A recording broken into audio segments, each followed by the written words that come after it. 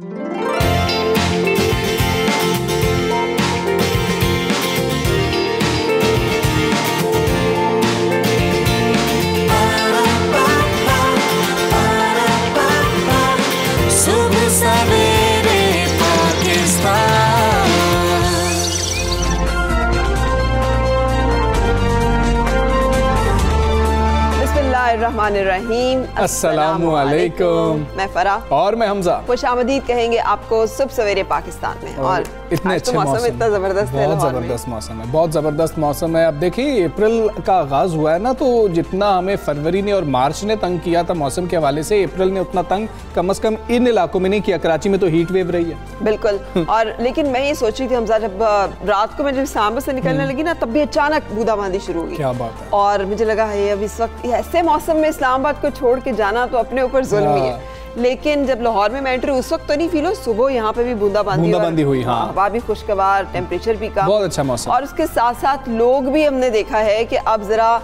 Corona sensitize नजर आ रहे हैं, और मास्क भी लगाए हुए हैं, इतना रश भी नहीं है और जमा भी नहीं हो रही। चलें, वो यकीनन सख्ती की वजह से ऐसा हो रहा है कि अब लोगों ने मास्क लगाए। आप 90% लोगों को देखें लाहौर में बाहर फिरते हुए, अब वो मास्क लगा रहे हैं, चाहे खौफ से ही लगा रहे हैं। ये खौफ अगर उनमें पहले डाल दिया जाता तो शायद हम इस तीसरी लहर से ही महफूज रहते। वो कहते हैं ना कि मेरे कत्ल के बाद उसने जफा से तौबा, आए उस दूध पशेमा का पशेमा होना। सो बाज़ गलतियां ऐसी होती हैं कि उनके करने के बाद बंदे को एहसास होता है कि वो क्या कर बैठा। अभी भी देर नहीं हुई, अगर हम अभी भी कोशिश करें, SOPs पे अमल दरामद करें। हमजा, मुझे समझ में नहीं आती कि वो ममालिक जहाँ पर के वैक्सीन बन रही हैं, जहाँ पे के वैक्सीन लग रही हैं, जहाँ पे वैक्सीन सस्ती है और अवेलेबल है, वो इतने इस मामले में सेंसिटिव है। ना सिर्फ वहाँ की हुकूमतें बल्कि वहाँ की अक़वाम भी। लोग, फ्रांस ने लॉकडाउन कर दिया। हाँ ना, देखें आप। यही मैं कह रही हूँ ना कि वो लोग इतने सेंसिटिव हैं और वो इतने सख्त इक़दाम ले रहे हैं। तो हमारे यहाँ पे जहाँ ना वैक्सीन बन रही है, ना मिल रही है, और बहुत महंगी भी है। हम किस रेट ही हम तय्युन नहीं कर पा रहे, हम किस सोच के साथ जो है हम लापरवाही का मुजाहिरा करें। चलें, अब हम बात करेंगे आलमी वबा कोरोना वायरस की ही, जिसके वार मुल्क भर में जारी हैं। केसेस में इजाफे को देखते हुए वफाक और सूबे समेत मजीद सख्त फैसले करने पर जो सूबे भी हैं और वफाक भी हैं, अब मान रहे हैं कि हाँ जी हम सारों को एक पेज पे आना पड़ेगा, और अब वो कर रहे हैं फैसले। अच्छा, वैसे हम सब मैं ऑब्जर्व कर रही थी कि सिंध ने अच्छा फैसला किया है। सिंध हुकूमत ने आइंदा 15 रोज़ के लिए 8वीं जमात तक की क्लासेस 6 अप्रैल से बंद करने का फैसला किया है। और NCOC ने मुल्क भर में जो बैन सूबाई ट्रांसपोर्ट है हफ्ते में 2 दिन बंद रखने का फैसला किया है। अभी मेरा ख्याल फैसला हुआ है, क्योंकि कल तक तो सारी चीज़ें जो है वो चल रही थी, और मैं देख रही थी कि ट्रांसपोर्ट में लोग बहुत ज़्यादा नज़रअंदाज करते हैं उन तमाम हिफाजती इक़दाम को जो कि लेने बड़े ज़रूरी। और ये तजवीज़ भी पीपल्स पार्टी की जानिब से ही, मतलब सिंध गवर्नमेंट की जानिब से ही आ रही थी, और वो चाह रहे थे कि बिल्कुल उसको ख़त्म कर दिया जाए, ताकि जो UK स्ट्रेन है ये वहाँ तक ना पहुँच सके। उधर अगर इतनी तबाही नहीं हुई है तो हम उसको रोक सकें। बिल्कुल, और यही वाहिद रास्ता और जरिया है। अच्छा, NCOC की बात करें तो NCOC के सरबराह असद उमर का कहना है कि मुल्क में तशवीशनाक हालत का शिकार कोरोना मरीजों की तादाद कोरोना की शुरुआत से अब तक की बुलंद तरीन सतह पर पहुँच गई है। पेशावर की बात करें तो गुज़िश्ता 2 हफ्तों के दौरान मस्बत केसेस की शरह 24 से 28% तक पहुंच गई। अभी 28% रेशो जो है, ये बहुत बड़ी तादाद, बहुत बड़ा नंबर। 100 लोग अगर वहां पर टेस्ट करवा रहे हैं तो 28 लोगों का पॉजिटिव आ रहा है। शहर भर में छोटे बच्चों के भी कोरोना वायरस में मुब्तला होने के खदशात बढ़ चुके हैं, जबकि लाहौर के कमिश्नर जो हैं मोहम्मद उस्मान साहब ने SOPs की खिलाफ वर्जी करने वालों के लिए सजाएं सख्त करने का हुक्म दिया, और कोरोना SOPs की खिलाफ वर्जी करने वालों का कारोबार 11 अप्रैल तक बंद कर दिया जाएगा। ये लाहौर में सख्तियां की जा रही हैं, इसी का समर हम ये देख रहे हैं कि कम से कम लोग अब पहन रहे हैं, खौफ से पहन रहे हो लेकिन पहन रहे हैं। लेकिन हमजा, इसमें भी कोई शक नहीं है ना कि पंजाब सबसे ज्यादा इन्फेक्टेड भी है, अफेक्टेड भी है। बिल्कुल ऐसे। और अगर आप पंजाब के किसी भी इलाके में हमें देख रहे हैं तो ये सारी फैक्ट्स एंड फिगर्स आपको बताने का मतलब ये है कि पंजाब में रहने वाले लोगों को खास तौर पे बहुत ज्यादा एहतियाती तदाबीर अपनाने की जरूरत है, क्योंकि कोरोना के फैलने की जो शरह पंजाब और KP में बहुत ज्यादा देखी गई है। पंजाब की वज़ीर सेहत डॉक्टर यास्मीन राशिद ने कहा है कि लाहौर के अस्पतालों में सूरत हाल कंट्रोल में है, 40% बिस्तर अभी भी दस्तयाब हैं। दूसरी तरफ कराची और हैदराबाद में कोरोना केसेस की शरह में इजाफा होने लगा। हाँ जी, तो अब जो है ग्रेजुअली उधर भी केसेस ऊपर जा रहे हैं, और महकमा सेहत के मुताबिक 27 मार्च से 2 अप्रैल तक कराची में कोरोना वायरस की मुस्बत आने की शरह 5.3% जो है वो रिकॉर्ड की गई। और महकमा सेहत ये भी बता रहा है कि इसी अरसे में हैदराबाद में कोरोना वायरस की मुस्बत आने की शरह 7.13% रिकॉर्ड की गई है। ये अब हैदराबाद के अंदर केसेस जो हैं वो बाकी सिंध से ज़्यादा रिकॉर्ड किए जा रहे हैं, और मुसलसल जो है केसेस बढ़ रहे हैं। सो अपना बहुत ख्याल रखिए, और इस हवाले से हम बातचीत करेंगे अपने मेहमान से, डॉक्टर जवाद ज्वाइन कर रहे हैं। बहुत शुक्रिया डॉक्टर साहब, आपने हमारे लिए वक्त निकाला। फरमाइएगा एनसीओसी के मुताबिक बच्चों में कोरोना की शरह पहले ही की तरह है। वो कह रहे हैं कि इस हवाले से घबराने की कोई बात नहीं है। आप इससे इत्तफाक करेंगे? क्योंकि इस दफ़ा जो मीडिया रिपोर्ट सामने आ रही है उसके मुताबिक तो बच्चे, बल्कि 6 माह की उम्र तक का बच्चा भी इन्फेक्ट हुआ है और बच्चों में अमवात जो है वो भी देखने में आ रही है। जी हाँ, एनसीओसी ने बिल्कुल अपने बयान में बताया है कि जब से पाकिस्तान में पैंडेमिक आई है, 1 साल से जो शरह है बीमारी की बच्चों में वो 3% के मुताबिक चल रही है अभी तक, 10 साल से कम उम्र बच्चों में, और वही आगे अभी भी वही आ रही है। जो इंग्लैंड का सबसे बड़ा अदारा है बच्चों के इलाज का, रॉयल कॉलेज ऑफ पीडियाट्रिक्स, उसने भी यही बताया है इंग्लैंड का डेटा देखकर। तो अभी तक ग्लोबली हमें कोई ऐसी इंडिकेशन या डेटा नहीं आया जिससे हम कह सकें कि बच्चों में बीमारी की शरह बढ़ रही है।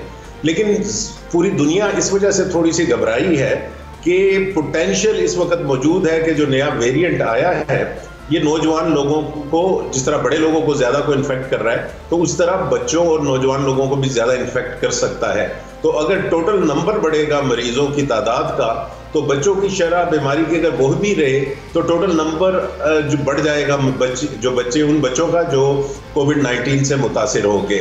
तो इस वजह से पूरी दुनिया के अंदर ये तशवीश इस वक्त मौजूद है। डॉक्टर साहब, कोरोना की आमद के बाद हेल्थ केयर के सिस्टम पर अब तक का सबसे ज़्यादा बोझ मौजूदा लहर में ही सामने आया है और एनसीओसी की जानिब से भी कहा जा रहा है कि सबसे ज़्यादा खतरनाक सूरत हाल अब है, क्योंकि इस वक्त मुल्क में 60,000 से ज़ायद एक्टिव केसेज हो चुके हैं। इन हालात से निपटने के लिए हुकूमत, आप समझते हैं कि हंगामी जो इकदाम थे वो भरपूर तरीके से, बेहतर तरीके से कर रही है या मजीद ज़रूरत है? जी हाँ, लेकिन हमें ये पता था कि दुनिया में हमसे पहले जिन ममालिक के अंदर पहली वेव के बाद दूसरी वेव आई और तीसरी वेव आई, तो हर मुल्क के अंदर ये हुआ कि पहली वेव से ज़्यादा बड़ी दूसरी वेव आई और तीसरी वेव दूसरी वेव से भी बड़ी आई।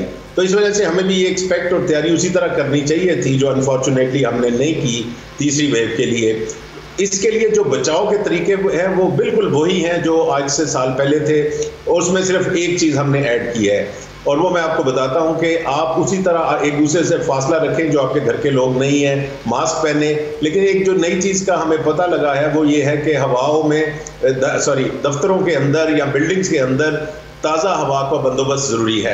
अगर आप अपने कमरे की खिड़की और दरवाजे खोल लेते हैं तो उस कमरे के अंदर इन्फेक्शन की पॉसिबिलिटी बहुत कम हो जाती है। तो इस वजह से ये 2-3 चीज़ें हैं, लेकिन हमें अगर हम ये यकीनी बना दें, गवर्नमेंट ये यकीनी बना दे कि कोई भी जो बाज़ार में आया है या किसी दफ्तर में आया है वो मास्क के बगैर ना आए, तो हम बगैर वैक्सीन के, जब तक हमें वैक्सीन सबको मिलती है उस वक्त तक बड़ी आसानी से अपने आप को महफूज कर सकते हैं। बिल्कुल सही। डॉक्टर साहब, जब कोरोना की ट्रीटमेंट की बात होती है तो बहुत से तरीके आजमाए जा रहे हैं दुनिया में, इनमें प्लाज्मा भी शामिल है, स्टीरॉइड्स के जरिए इलाज भी है, मुख्तलिफ ऐसी मेडिसिन भी सामने आई थी, हमने भी अपने प्रोग्राम में जिनका तज़किरा किया, जिसकी वजह से जो इसकी पेचीदगियाँ हैं उनकी शिद्दत को कम किया जा सकता है। तो क्या जो इलाज इस वक्त किया जा रहा है पाकिस्तान में कोरोना इन्फेक्टेड मरीजों का, वो जदीद तहकीक के मुताबिक हो रहा है? उन तमाम चीज़ों से जिनको दुनिया जिनको आजमा चुकी है उनसे इस्तेफादा किया जा रहा है, उनको भी उस SOPs में शामिल किया गया है जो कि कोरोना की ट्रीटमेंट के लिए, पेशेंट्स के लिए बनाया गया है? जी देखिए, क्योंकि एक नई बीमारी थी, नया वायरस था, तो पूरी दुनिया में मुख्तलिफ इलाज इस्तेमाल किए गए, जिसके अंदर प्लाज्मा भी था और जिसमें बाकी अद्वियात भी थी। अभी तक जो डॉक्टर्स ने पूरी दुनिया के अंदर जिस चीज़ से यकीनी तौर पे फ़ायदा हुआ है वो स्टीरॉयड का देना और बाज़ एंटीवायरल जो मेडिसिन है उन पे देने से होता है। तो प्लाज्मा से भी बाज़ लोगों को फ़ायदा हुआ है, लेकिन अभी बहुत बड़े जो ट्रायल हो रहे थे उनका नतीजा हमारे सामने नहीं आया। मैं आपको ये एक बात बता दूं कि इलाज में बेहतरी आने की वजह से 1 साल के अंदर शरह अमवात में 30% कमी हुई है कोरोना के मरीजों के अंदर, और ये कमी तमाम मुल्कों में देखी गई है और तमाम उम्र के ग्रुप्स के अंदर, यानी कि ये 30% कमी बूढ़े लोगों में भी हुई है और नौजवान लोगों में भी शरह अमवात की कमी में। डॉक्टर, ये हुई है कि पाकिस्तान उन चंद ममालिक में शामिल है कि जहाँ पर वैक्सीनेशन का जो अमल है वो बहुत ही सुस्त रवि का शिकार है। पाकिस्तान कोरोना वैक्सीन का अमल मज़ीद तेज़ कैसे कर सकता है? क्या तरीकाकार अपनाना चाहिए अब हमें? जी हाँ, और जो अभी तक रफ्तार है, इस वक्त तक तकरीबन 8 लाख वैक्सीन लग चुकी हैं और जिस रफ्तार से लग रही हैं तो राइटर्स ने हिसाब लगाया है कि वो तकरीबन तकरीबन को 50-60 साल शायद लग जाएं हमें अपने आबादी को इस रफ्तार से अगर हम वैक्सीन करते रहे। तो गवर्नमेंट को मुख्तलिफ मुल्कों से वैक्सीन हासिल करनी चाहिए, और एक तरफ वैक्सीन हासिल करनी चाहिए, दूसरी तरफ पाकिस्तान में वैक्सीन लगाने का बंदोबस्त प्रॉपरली उतनी देर में सेट कर लेना चाहिए, क्योंकि वैक्सीन सिर्फ खरीदना एक काम है, उसके साथ आपको पूरे मुल्क के अंदर लॉजिस्टिक ऑपरेशन को सेट करना पड़ता है, आपको कोल्ड चेन मेंटेन करनी होती है, और उसके बाद अपनी आबादी को इस बात पे आमादा भी करना आपकी जिम्मेदारी है कि वो वैक्सीन जब अवेलेबल हो तो उसको लगवा लें और उससे घबराएं नहीं। तो ये सारे काम गवर्नमेंट को चाहिए कि एक ही वक्त में शुरू करे, इंतजार ना करे कि पहले हमें वैक्सीन मिलेंगी तो फिर हम दूसरा काम शुरू करेंगे, और फिर दूसरा कर लिया तो तीसरा करेंगे, क्योंकि ये जो रफ्तार है ये तो हमारी जिंदगियों की शायद बाद तक भी वैक्सीन पूरी लोगों को ना लग सके। बिल्कुल सही डॉक्टर साहब, जैसे अभी हम बात कर रहे थे कि जिन ममालिक में वैक्सीन बन रही हैं, इंतहाई सस्ती दस्तयाब हैं, मुफ्त लगा रहे हैं, जो वो भी सख्ती कर रहे हैं, लॉकडाउन कर रहे हैं, वो भी मुख्तलिफ ऐसे इंटरवेंशंस कर रहे हैं जिसके साथ कंट्रोल किया जा सके। पाकिस्तान में क्या सिर्फ सख्ती करना काफ़ी होगा, और क्या मज़ीद सख्ती करनी पड़ेगी हुकूमत को, आवाम को ये समझाने के लिए और बताने के लिए कि कोरोना जो है उससे आपने कंट्रोल करना है और बचना है? गवर्नमेंट को अंधाधुंध सख्ती की बजाय समझदारी वाली सख्ती करनी चाहिए। और समझदारी वाली सख्ती क्या है? सबसे पहले तो वो ये है कि गवर्नमेंट इंश्योर करे कि वो कोई भी शख्स किसी ना दफ्तर में जा सकता है और ना बाजार में जा सकता है अगर उसने मास्क नहीं पहना हुआ। और ये मास्क जो पहनना है वो प्रॉपर नाक और मुंह के ऊपर होना चाहिए। ये गले में लटका के आप मास्क की रिक्वायरमेंट जो अक्सर लोग अब कर रहे हैं उसका कोई फ़ायदा नहीं है। दूसरा, जो गवर्नमेंट के अपने दफातर हैं, प्राइवेट अदारे हैं, उनके अंदर ताज़ा हवा का बंदोबस्त यकीनी बनाया जाए। अगर वो कमर्शियल दुकानें हैं या बाज़ार हैं, उनके अंदर एग्जॉस्ट फैन लगवाए जाएं, छत वाले पंखे लगाए जाएं, ताकि हवा किसी जगह पे रुके ना और ताज़ा हवा बाहर से अंदर से होकर गुजरे। ये दो चीज़ें हैं जिसके अंदर हम ट्रांसमिशन रेट्स को कम कर सकते हैं। बाकी उसके साथ वही फिजिकल डिस्टेंस भी रखना है आपने, और साबुन से अपने हाथ धोने भी हैं, ये बड़े हैं। उसके साथ उन शहरों के अंदर जहां आपकी पॉजिटिविटी ज़्यादा है वहां पे उन शहरों के अंदर स्कूलों को बंद किया जाए। दूसरे कोई इस तरह के मजहबी इज्तिमात हैं, गैर मजहबी इज्तिमात हैं, सियासी जलसे हैं, उन सारों पे जहाँ भी इन्फेक्शन रेट बढ़ रहा हो वहाँ पे पाबंदी लगनी चाहिए, और उस पर गवर्नमेंट को भी अमल करना चाहिए, और प्राइवेट जो अपोजिशन है या दूसरे लोग हैं उनको भी अमल करना चाहिए। और ये जो शादियों की ऑलरेडी गवर्नमेंट ने पे पाबंदी लगाई हुई है, लेकिन ये बहुत सारी पाबंदियाँ गवर्नमेंट ने बहुत बड़ी लेट लगाई हैं, जब उस वक्त तक ये कोरोना का जिन बोतल से बाहर आ चुका था। डॉक्टर शुक्रिया आपका, सब सवेरे पाकिस्तान का आप हिस्सा बने। और बेशक हम सिर्फ एहतियात ही कर सकते हैं, और गवर्नमेंट को चाहिए कि थोड़ी तेज़ी दिखाए वैक्सीन लगाने में। अगर 50 साल लग गए तो फिर हमारा तो काम हो गया।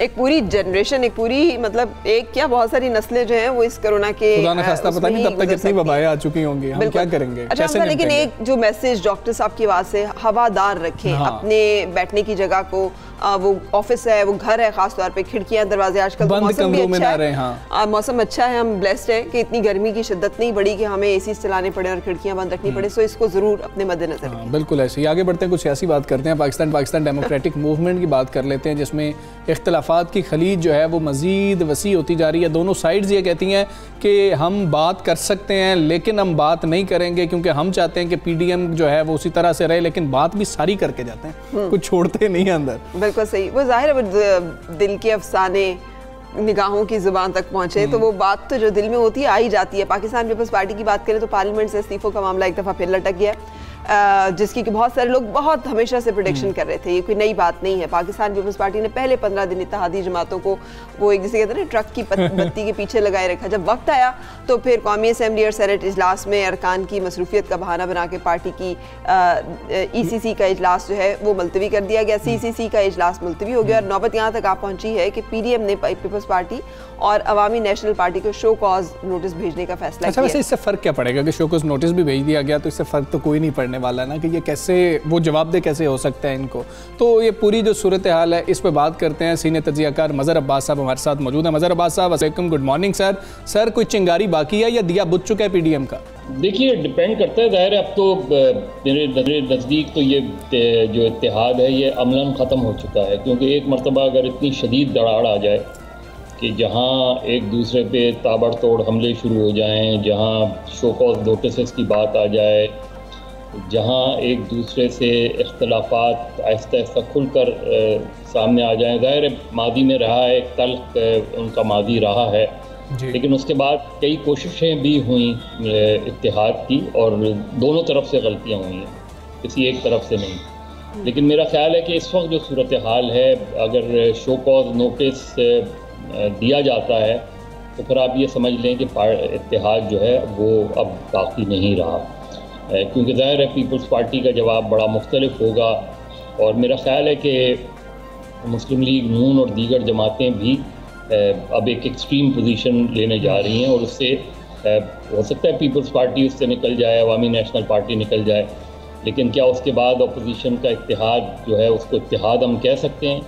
मेरा नहीं ख्याल कि वो कह सकते हैं। तो मुझे लगता यही है कि ये मुस्लिम लीग नून और पीपल्स पार्टी जो पहले ही दिन से इस इत्तेहाद में एक दूसरे के बारे में शुकूक व शुबात का इज़हार करते थे, बीच में कई महीने पहले मियाँ साहब जिस तरीके से बाहर गए मुल्क से, उस पर पीपल्स पार्टी को आज भी शक है कि वो एक किसी डील के नतीजे में सारी बातें हुई हैं। इस वक्त जो कुछ हुआ सेनेट के इलेक्शन के बाद, उसमें मुस्लिम लीग नून को ये शक है कि पीपल्स पार्टी ने बाला ही बाला कोई चीज़ें की हैं। तो ये मेरा ख्याल है जब इतना ज़्यादा बदएतमादी हो तो तहरीक तो दूर की बात, इत्तेहाद भी कायम नहीं रहते। बिल्कुल ठीक है मज़हर साहब, नून लीग की काविशों से ये लग रहा है कि नून लीग अभी पहले मरहले में ये चाहती है कि किसी तरह से पीपल्स पार्टी को पीडीएम से निकाल दिया जाए। इसमें सिर्फ वो ये चाहते हैं कि पीपल्स पार्टी की सुबकी हो, या उनको ये उम्मीद है कि पीपल्स पार्टी के बगैर भी हम कुछ कर पाएंगे?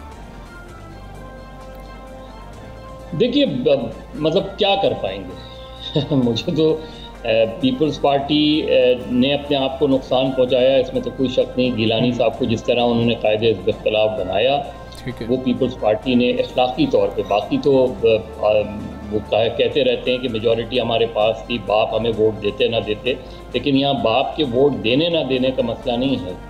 यहाँ एक ऐसी पोजीशन पे पीपल्स पार्टी को गिलानी साहब को कायदे इख्तिलाफ नहीं बनाना चाहिए था, क्योंकि जब वो चेयरमैन सेनेट के उम्मीदवार थे उसमें वो इलेक्शन हार गए। उस इलेक्शन को उन्होंने डिस्प्यूटेड कहा, उस इलेक्शन के ख़िलाफ़ उन्होंने जो है अदालत का इलेक्शन कमीशन में भी दरख्वास्त दी, चैलेंज भी कर रहे हैं, लेकिन उसी चेयरमैन सेनेट पे जिसके ख़िलाफ़ वो अदालत गए हैं, उसी चेयरमैन सेनेट के दस्तखत से वो कायदे इख्तिलाफ, तो इखलाकी पोजीशन और सियासी पोजीशन पीपल्स पार्टी की गिलानी साहब के हवाले से कायदे इख्तिलाफ सेनेट के में जो है वो बहुत कमज़ोर है। बाकी मुस्लिम लीग नून उसके मुकाबले में क्या पीपल्स पार्टी के बग़ैर चीज़ें चला सकती है? मुझे नहीं लगता कि पीपल्स पार्टी के बग़ैर वो ना इस्तीफ़ा देंगे और जो है वो अपनी अलग सियासत कर सकते हैं। मुस्लिम लीग नून पंजाब में एक बड़ी सियासी जमात है, बल्कि मेरे ख़्याल में सबसे बड़ी सियासी जमात है, लेकिन अगर हम मजमूई तौर पे कौमी सतह पे देखें तो तहरीक इमरान खान के ख़िलाफ़ या इमरान खान पे दबाव बढ़ेगा, उसका इम्कान मुझे कम नज़र आता है। इमरान खान जो है और पाकिस्तान तहरीक इंसाफ की हुकूमत ख़ुद अपने इस तरह के इक़दाम कर रही है जिससे वो ख़ुद जो है उनको नुकसान पहुँच रहा है। लेकिन अपोजिशन की जितनी भी काविशें रही हैं पिछले 2.5 साल में, मुझे नहीं लगता कि उनमें से कोई भी एक काविश जो है उनकी कामयाब हुई है। आप वो क्लेम करते हैं कि हमने सेनेटर बना दिया यूसुफ रज़ा गिलानी को, अब वो जिस तरह बने उसको हम उसे उसकी कामयाबी कहें या सियासत की नाकामी, ये एक बहस है जो चल रही है। बिल्कुल सही आपने जैसे खुद फरमाया सर कि ये तो एक हिस्ट्री जो है यही हमें बताती आई है कि इसी तरह से होता रहा। गैर जमहूरी ताकतों के खिलाफ आवाज़ बुलंद करने का नारा लगाकर और फिर अलाइंसेस जो है वो कुछ और बनते दिखाई दिए। तो ये तो वाज़ेह था तमाम पॉलिटिशियंस पे कि united we stand and divided we fall. तो अब पाकिस्तान पीपल्स पार्टी की क्या हिकमत अमली आपको दिखाई दे रही है? CEC की मीटिंग भी उन्होंने डिले की है, क्या ये मौखर किसी खास सोच के तहत, मनसूबाबंदी के तहत की गई है? देखिए इसके फौरी जो नुकसानात दोनों जमात को होंगे और ख़ास तौर पे मेरा ख्याल है मुस्लिम लीग नून को शायद नुकसान ज़्यादा हो, वो 2 ज़िमनी इंतखाबात में हो सकता है। पीपल्स पार्टी के कम ही सही, लेकिन डस्का में बहरहाल जो भी वोट है वो अब मुस्लिम लीग नून को नहीं पड़ेगा। इसी तरीके से जो कराची का ज़िमनी इंतखाब हो रहा है कि जहाँ मिफ्ता इस्माइल साहब लड़ रहे हैं मुस्लिम लीग नून के, भी वो इत्तेहाद होता नज़र नहीं आ रहा। पीपल्स पार्टी ने 2018 के इलेक्शन में कोई 10,000 के करीब वोट लिए थे। मुस्लिम लीग नून के शहबाज शरीफ साहब के 34,000 के करीब वोट थे। लेकिन अब मुस्लिम लीग और नून पीपल्स पार्टी दोनों के उम्मीदवार अगर कराची में खड़े रहते हैं तो जाहिर है उसका नुकसान जो है मिफ्ताह इस्माइल साहब को पहुंच सकता है। तो इमीडिएट जो नुकसान है वो तो मुस्लिम लीग नून को इन 2 ज़मीनी इलेक्शंस में हो सकता है। आगे चल के पीपल्स पार्टी को फ़ायदा क्या हो सकता है? पीपल्स पार्टी को सिवाय इसके कि उसकी सिंध हुकूमत मुस्तहकम रहेगी, मरकज़ में उनके सेनेट में कायदे इख्तिलाफ रहेंगे। इसके अलावा अगर मुकदमात वगैरह के हवाले से चीज़ें सामने आती हैं वो अलग बात है, लेकिन सियासी तौर पे पीपल्स पार्टी एक कमज़ोर पोजीशन में आ जाएगी। तो मेरा ख्याल है दोनों ही जमातों को सियासी नुकसान होगा और शायद फ़ायदा किसी को बिल्कुल ठीक है, दोनों जमातों को सियासी नुकसान होगा, शायद फ़ायदा किसी को नहीं होगा। मज़हर अब्बास साहब बहुत शुक्रिया आपका, पाकिस्तान का हिस्सा बने और जो अहम सवाल था वो हमने उनसे पूछ लिया। अब ब्रेक ले लेते हैं ज़रा। बिल्कुल बिल्कुल, ब्रेक के बाद आपको फिर मिलते हैं।